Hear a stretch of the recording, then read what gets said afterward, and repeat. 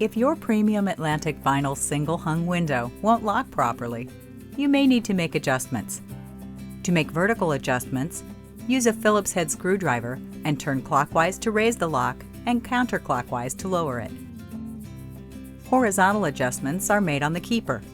You will need to remove the operating sash for access to the keeper. See our video on sash removal and installation for details.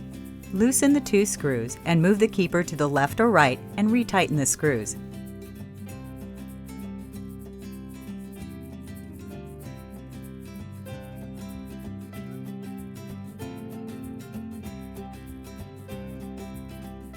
Now reinstall the sash and test for operation. You may need to remove and readjust if necessary.